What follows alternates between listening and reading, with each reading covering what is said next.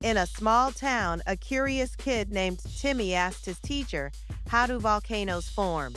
The teacher explained, "Volcanoes form when magma from the Earth's mantle escapes to the surface."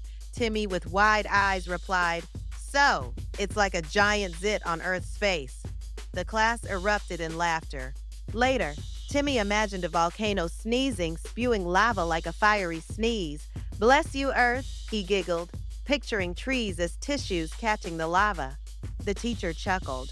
"Well, Timmy, volcanoes do impact ecosystems, but thankfully they don't need tissues."